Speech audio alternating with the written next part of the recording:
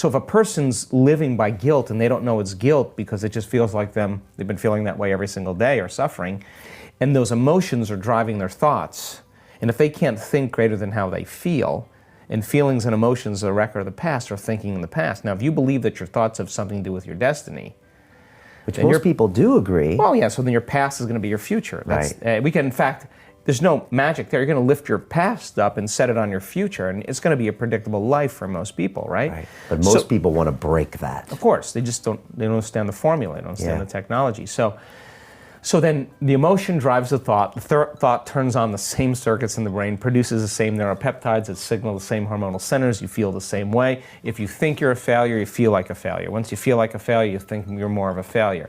And people get caught in these loops. Well, sometimes I'm caught in one of those loops and I'm like, I've been hanging out with Dr. Joe and I know I can outthink myself out of this, but sometimes I'm like, I'm angry. I know my anger is giving me a worse destiny, but I can't get out of the anger loop. Well, just think about it.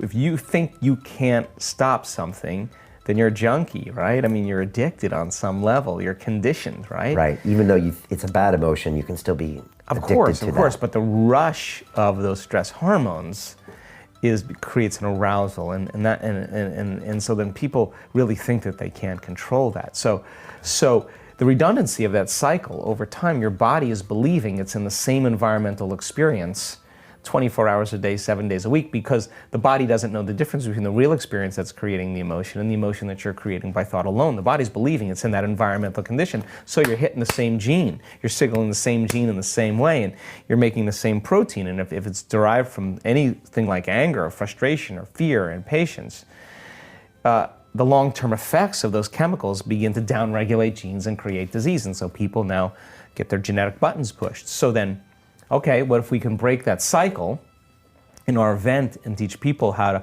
elevate their emotional state and have those emotions drive new thoughts and think that way, sit in their meditations, stand in their meditations, walk in their meditations, be calm, lay down in all the ways we possibly can, retreat from your life and remove the environment and work on you and changing your inner world to see if it's going to produce an out-picturing in your outer world. So we measured 7,500 gene expressions, and we wanted to see the common genes of those 35 or 40 individuals that they were expressing. Now, they all had their own gene expression, but what were the common ones that they expressed?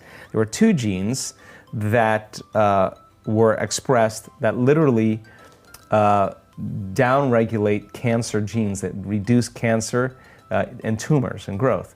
A gene that grows new neurons in your brain, not just new connections, but the growth of new neurons in response to novel experiences and learning. Genes that stimulate stem cells that go to damaged tissues and repair them, to repair damaged tissues, regeneration. The gene for oxidative stress was downregulated, which means anti-cancer, anti-aging, anti-heart disease, anti-stroke, anti-inflammatory, anti-neurodegenerative, antimicrobial. This is what the antioxidant does. Genes that regulate the immune system to become stronger. Genes that stimulate the microtubules in the cells, the cellular structure, the integrity of the cells were getting stronger. So we now know that in 4 days, people were regulating genes for even their pituitary working better. So we are our own genetic engineers, and when we begin to understand that if the environment signals the gene, and the end product of an experience in the environment is an emotion, when you embrace an emotion ahead of the actual experience in your environment, you're signaling the gene ahead of the environment.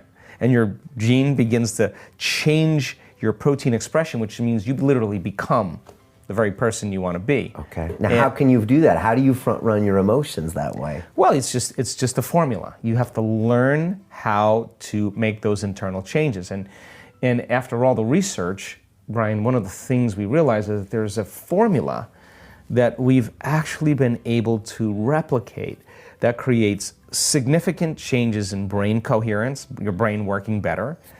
In one study we did, we found out that 80% of our participants had a more than 90% change in their brain for the better in 4 days, to create more heart coherence so that you can self-regulate your emotional state independent of what's going on in your outer environment. And so we've kind of narrowed it down to a formula. So the evidence that we're seeing in our scientific measurements sits on this side. And it's objective. It's not just subjective. You saying, oh, I feel better at the end of the event. No, well, we have science to prove that it's not just in your mind. It's in your brain. It's not just in your mind. It's in your body, right?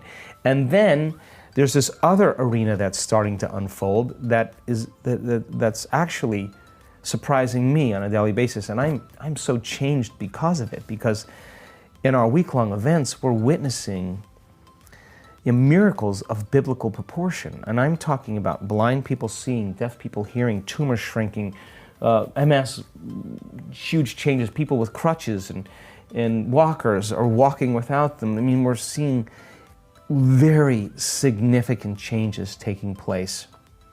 And how can you explain that stuff? Well, here's what I know. And why now and not for you 10, 15 years ago?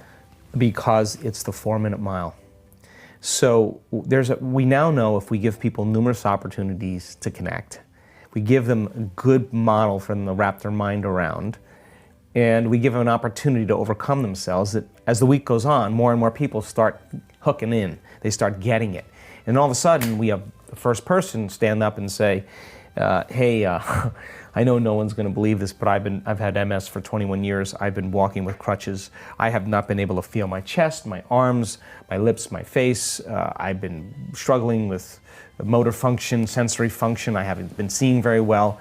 And I don't know what happened after that meditation, but I felt a level of love I've never felt in my entire life. Now remember, the emotion is signaling the gene before they're ever in the environment. They're not waiting for the healing to feel the love for life. The love for life is actually creating the healing, right? So how you then get past that point and teach people how to do that. So now, but you're breaking patterns that they could never break on their own. Well, we're moving a community of 1,000 people or 1,200 people from one state of mind and body to the other. Right, so and collective energy. Collective energy.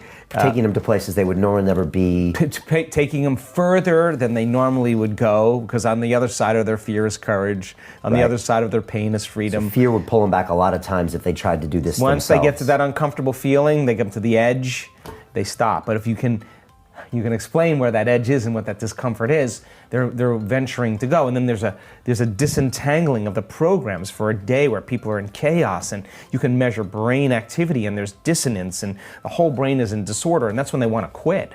Right. But if they go one more time and they apply the formula, you see this massive reorganization take place, and all of a sudden, they're smiling. Now, the side effect of that, when that person with MS stands on the stage in front of 1,200 people and says, I got to tell you my story, and they tell you their story, and it's a real person. They don't look like a movie star, and it's not a Hollywood version, and they're not buffed and slender and look like a vegetarian or whatever. They're just a common person, and you can relate with them. And I'm standing out looking in the audience, and I'm watching people well up with tears. They're witnessing a miracle, a transformation. You can't go back to business as usual. You can't go back to being the same person because you know so much. So then, whether it's a psychiatrist that has Parkinson's disease that did everything to take care of it, the next thing you know, he's standing on the stage saying, look, no tremors in this hand. I'm a psychiatrist.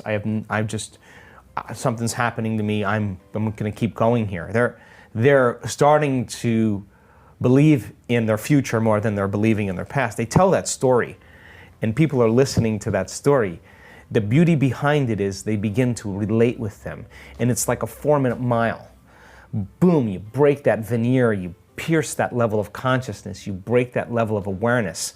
And then as soon as the 4-minute mile was broken, 2 weeks later, the next person broke it, and then all of a sudden everybody started doing it. Well, it's the same collective consciousness that's happening. There's a footprint in consciousness in the field that people can step into. In that room, or do you think around the world? In the world, but more readily accessible in that room. Why? Because people are immersed in the environment. They're understanding the content. They're in the process of change themselves. That person now has just created a footprint for them to step into, and that person will be 72 years old, and here you are, a 45-year-old person just going, oh, if they can do it, I can do it. That's all we need, right? So the evidence then that people are witnessing in the room not only is a footprint in consciousness, but by the same means, it becomes something that they can associate in 3D reality with their senses. They're witnessing it, but they're not watching it on YouTube. There's 4 more days of the event left. And then all of a sudden the next person gets up there with Raynaud's syndrome, who has, a vascular change in their hands, and they're swollen all the time. So more and more evidence of this. And then we have another, she tells a story, and another person with Raynaud's the next day stands up and said, my Raynaud's gone. And then another person with Raynaud's, and then a person who's allergic to everything who's wearing a mask. Okay. All of a sudden they start changing. So then what you start seeing is this collective movement, right? And so the evidence is the loudest voice. Okay. And it's louder than any other voice right now.